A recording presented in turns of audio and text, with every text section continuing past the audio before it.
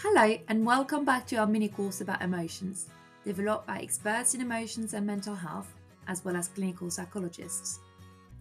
In the last video, we described what emotions are, and today we'll look at how you can better identify them. Please remember to have a pen and a notepad or a workbook so you can write down your answers. Let's start with why identifying emotions matters. Sometimes we may feel very overwhelmed by a situation, and emotions may feel too big and complicated to deal with. The problem when we don't deal with them is that nothing gets done, and it can feel a bit like a balloon growing with all the problems inside until it gets too much and something cracks. People react differently when this happens, but some people use unhelpful coping strategies such as binge eating or self-harming to make it go away. Some other people may stop eating to feel numb and avoid feeling emotions altogether. But as we saw in the first video, emotions are a natural reaction to the environment and they help us communicate and achieve goals, so they shouldn't be ignored. And by identifying what emotions we feel, it's not this big scary balloon anymore. You can split it into smaller, more manageable chunks and then select one that you will deal with, using strategies that you know work for this specific emotion. We will cover some strategies in video 4, but before we get there, you need to identify which emotion you feel. So how do you identify your emotions? You can pause the video here and try to write down your answers. A good place to start is to look at your energy levels.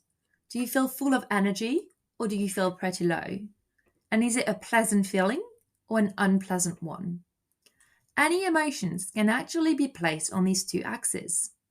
For instance, when you feel an unpleasant emotion with low energy, you may be feeling sad or bored.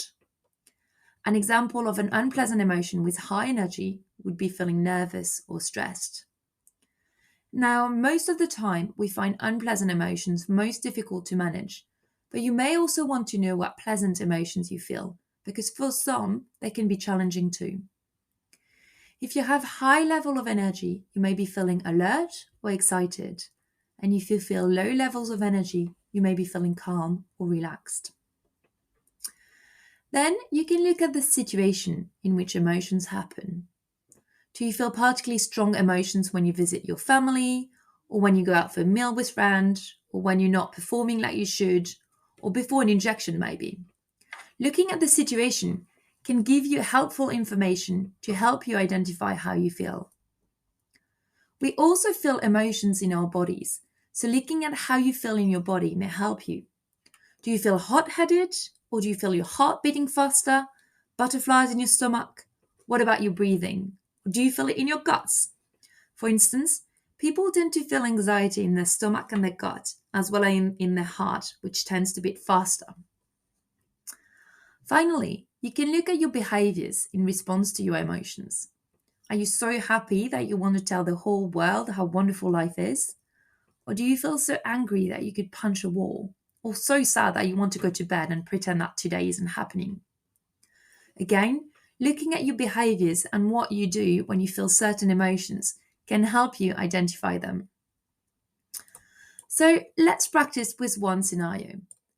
Irene has been invited for a date tonight, and she feels overwhelmed and confused. She partly feels excited, but also anxious about eating out because she doesn't know this restaurant and she cannot check the menu online in advance.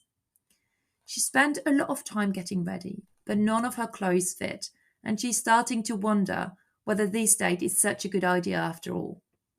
She doesn't even like this girl that much, or maybe she does, but she's scared that her date will find her boring. And then she starts thinking about that last date that didn't go so well and how awkward it was.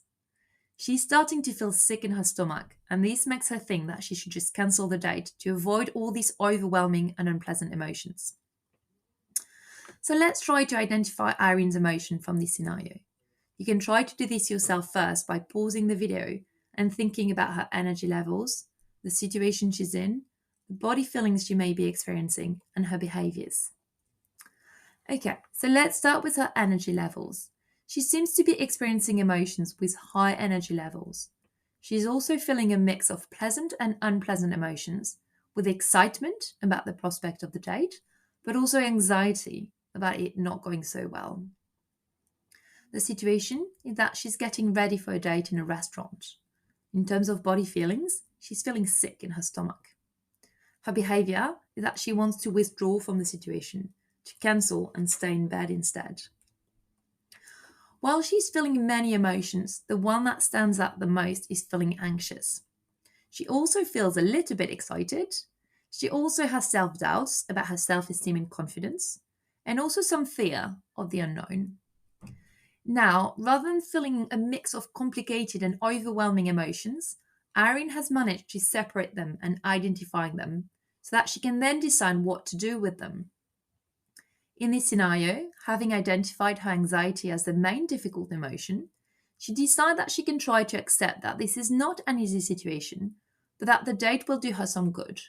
So she leaves her house and enjoys her evening. Here, she uses acceptance and reappraisal to help manage her emotions, and we will look at how to apply these strategies in video form. Sometimes we can be triggered by positive emotions more than negative ones, so let's look at another example. John is waiting for his exam results for his degree in finance. He needs a first to get his dream internship. At first, he waits patiently because he's confident. He knows he worked really hard. Although a few minutes later, doubt starts creeping in, and he's not so sure after all.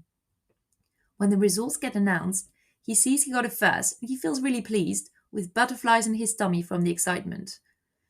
But then he also feels strangely upset. He feels he doesn't deserve it. Also, he only got 71%, and he could have worked harder to get an even higher mark. So rather than going partying with his friends, he wants to stay home and work harder.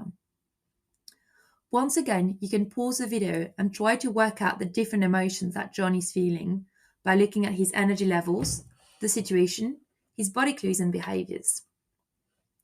So, John seems to be feeling a mix of different emotions, with some low level of energy as he waits patiently, and some with high level when receiving his grade.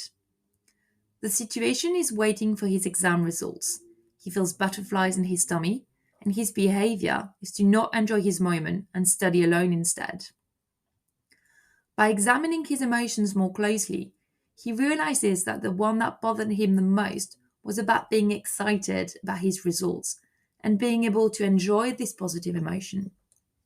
He also noticed that he was feeling nervous and had self-doubt while he was waiting, and then also guilty, as if he didn't deserve something good to happen. Then he felt determined to work harder the next time.